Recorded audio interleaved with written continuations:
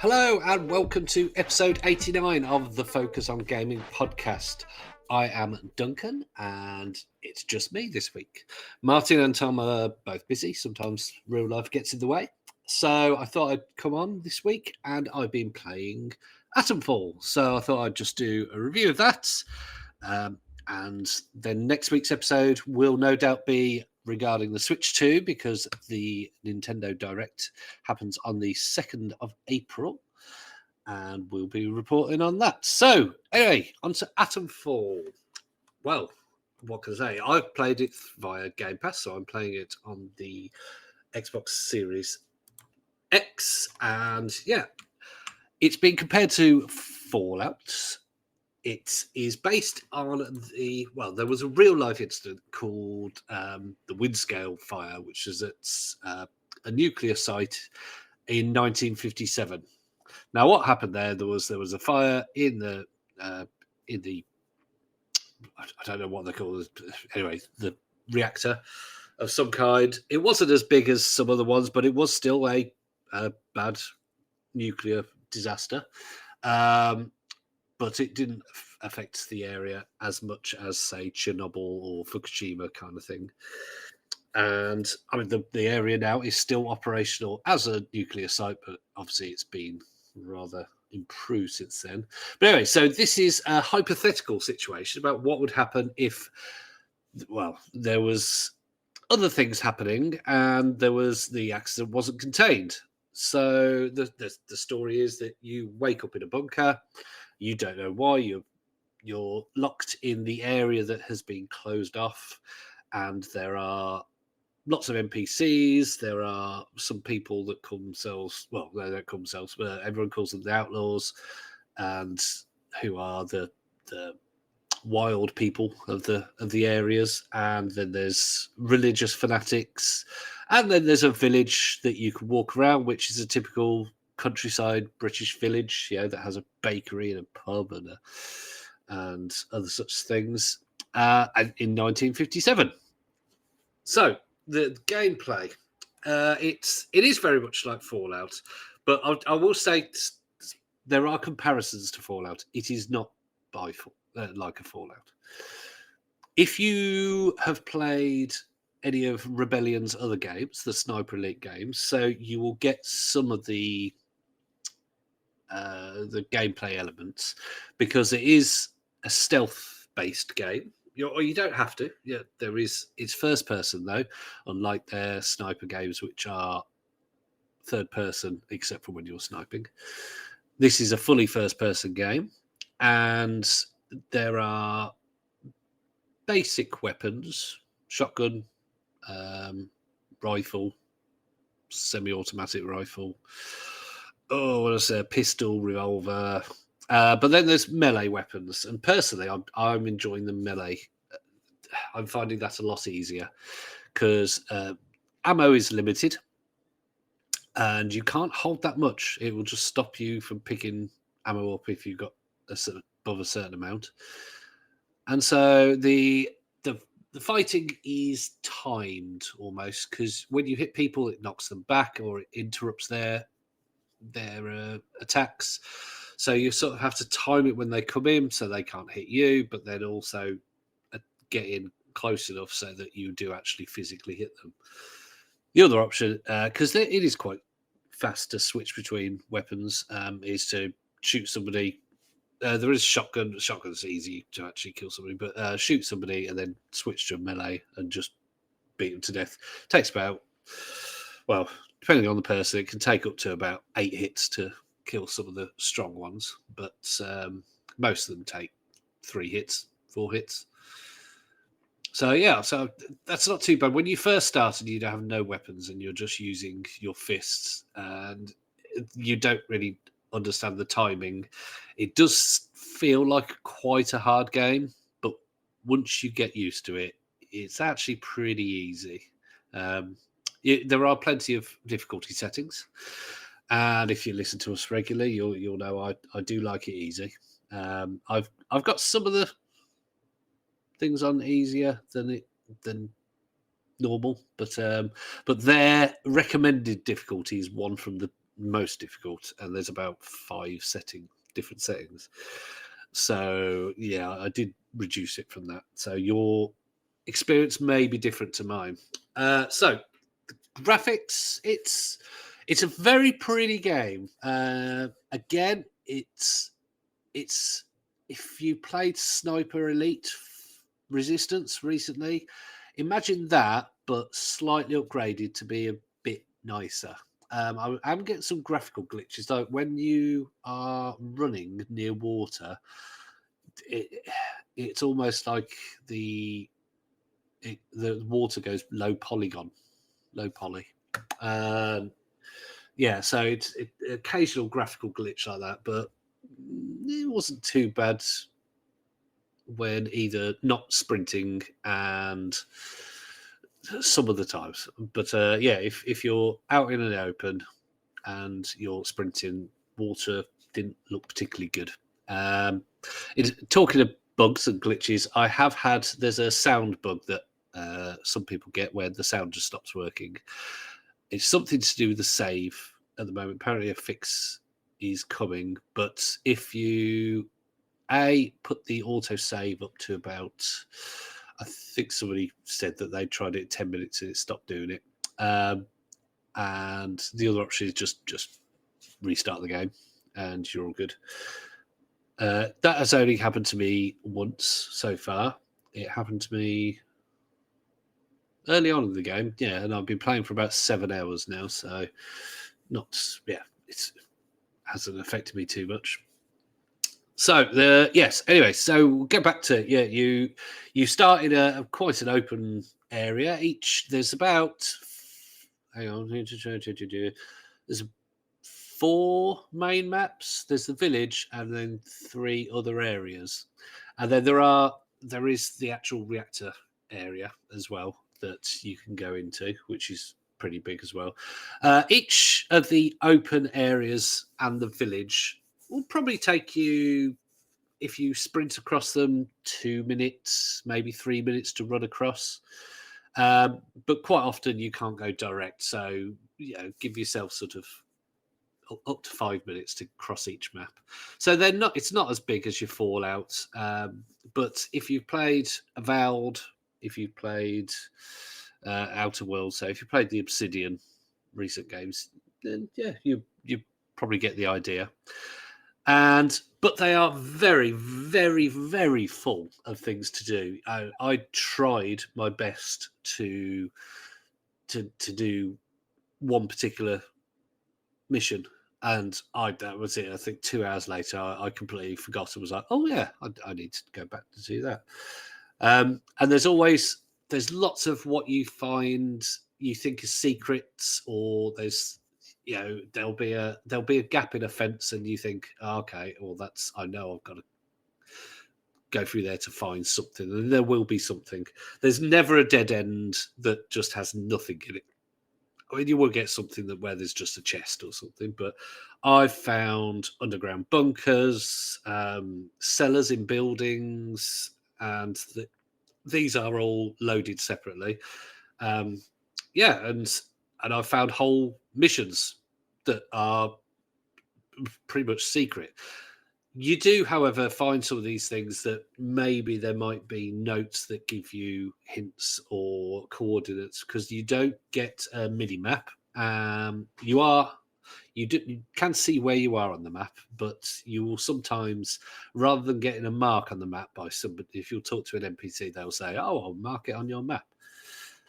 What you'll get sometimes is coordinates. So it's a very basic one. It'll say 29.3 and 74.2, and there's big squares and it says there's 29 on one line, 30 on the next line, so 29.3, and then there's 74 on another line on the vertical. Just correlate where that is. You can put markers on the maps and you go to where it is. So yeah, so it's easy to traverse. Generally, even if you come up to a cliff, you can look one way or the other and see if there's a way up. Now, the one thing that I'm not liking particularly is that there's no fast travel, not even to each particular map. Now, I know some people say, "Oh, it could, it takes away from the immersion," but I would have liked maybe like a central area in each map that you could fast travel to, or fast travel to an entrance on a particular map. Now, I'd love for somebody to tell me that there is actually, but I think I've looked this up and there isn't. Now, there are shortcuts. There are like sewers. There are some sewers that you can go in that will take you to the other areas.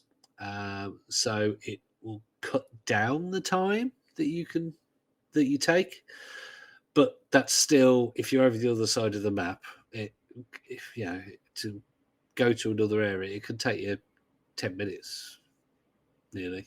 If you've got to go from one side of the map to the other side of another side of a map, another map.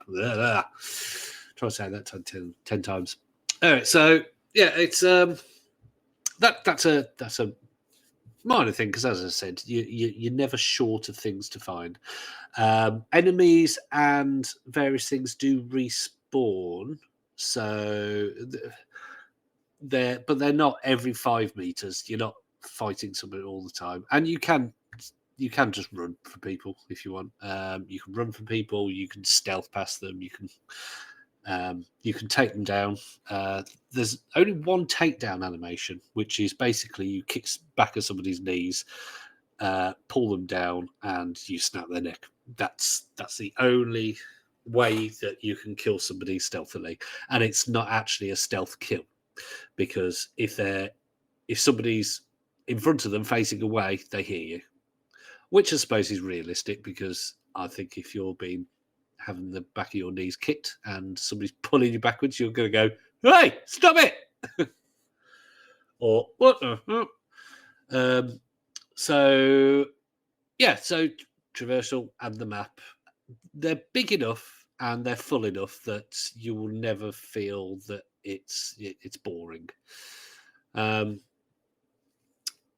Yeah, so the fighting, it is just hit and hard hit, and the guns are basic. So yeah. NPC conversations. That's one thing I wanted to talk about. Is there are lots of NPCs, particularly obviously in the village, and generally you'll know somebody you can talk to because they won't attack you, or they'll talk to you rather than just having the stealth or the alert mark over their head. And you have options, and it tells you the tone that you have. So it might say cautious or friendly, and then it will say what you're going to say. Now, it does make a big difference about what you say. It's not necessarily what you think he's going to, but I remember one time I was talking to, there's a bakery, and I was talking to the woman, and I accidentally punched her. So I didn't want to punch her at that particular time. And I won't tell you what happened, but I had a little explore. Anyway, I reloaded because when I come through the door, it auto saved. So I reloaded and I thought, I'll say something different. And I said something different, and she said something completely different to me and asked me to help her. And that was it. I literally got a mission by saying something different. So I would recommend if what a good way of if you're somebody who likes to know what you're letting yourself in for, is save just before you talk to somebody, and then generally a good idea, just knock them out or punch them or kill them, shoot them, whatever. If they're not anywhere near anybody else, then normally you can find notes on them or keys or something like that, and like that bakery woman, yeah, I found out something which meant that I was like, oh, okay, so I could help you, or I could. There is a military force that's policing the area, so you could help them, or you can help the other people. There's various other people you can help, and so yeah, so I said something different, and I still haven't done that mission because I have to go to about 3 different people, I think. Anyway, so yeah, so make sure you think about what you say before you say it. In terms of the NPCs, now the point of the game, I won't spoil. I'm not spoiling anything. Don't worry. Is obviously to either find out what happened, escape from the area because you are locked into like a this giant barbed wire walls, so you can't get outside the walls, and yeah, so you've got to find a way out. Now, equally, I'm not giving anything away. By I think so far, I'm up to about 4 people who can help me escape.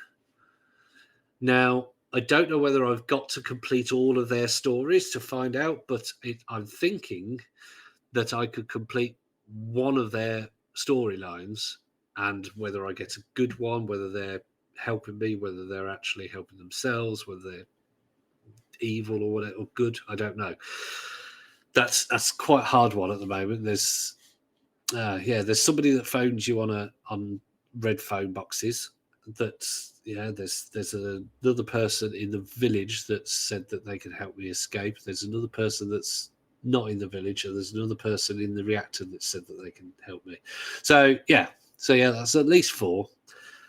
Now, that to me says that there are at least 4 endings, I would say. And then also, I guess you get probably options with some of them, whether you can actually help somebody else escape or whether you can kill somebody, or I don't know. But you can kill whoever you want. You can kill NPCs who you're helping, who have missions. You can kill them all, the military, if you so wish. Do you think you could do that? Yeah, I mean, you could literally kill everybody. I don't know what would happen if you did that. But hey, give it a try. Let us know. But so far, I haven't killed as many people as I thought I would. But the outlaws, I'll kill them on sight because they will kill me on sight. So overall, it's a great game. If you're after something to scratch that Fallout itch, you can't do any worse than that. It is fantastic Fallout itch scratcher. It's so far it's got a great story, which again I won't go into, and I haven't completed it, so I can't tell you how it ends. It looks great. It plays reasonably well. There are some. It's not janky. It's just it's not as polished as it's not as polished as your Call of Duties, but at the same time, it's probably less buggy than your Bethesda games. So it does play. It plays really well, and yeah, I'd give it a solid 9 out of 10, I think. And if you agree, if you disagree, let me know. And hopefully for the next episode, which we will be talking about the Switch 2 reveal and all the joy that comes with that. We will see you for episode 90. Only 10 to the 100. Oh, blimey. Right, and on that note, bye.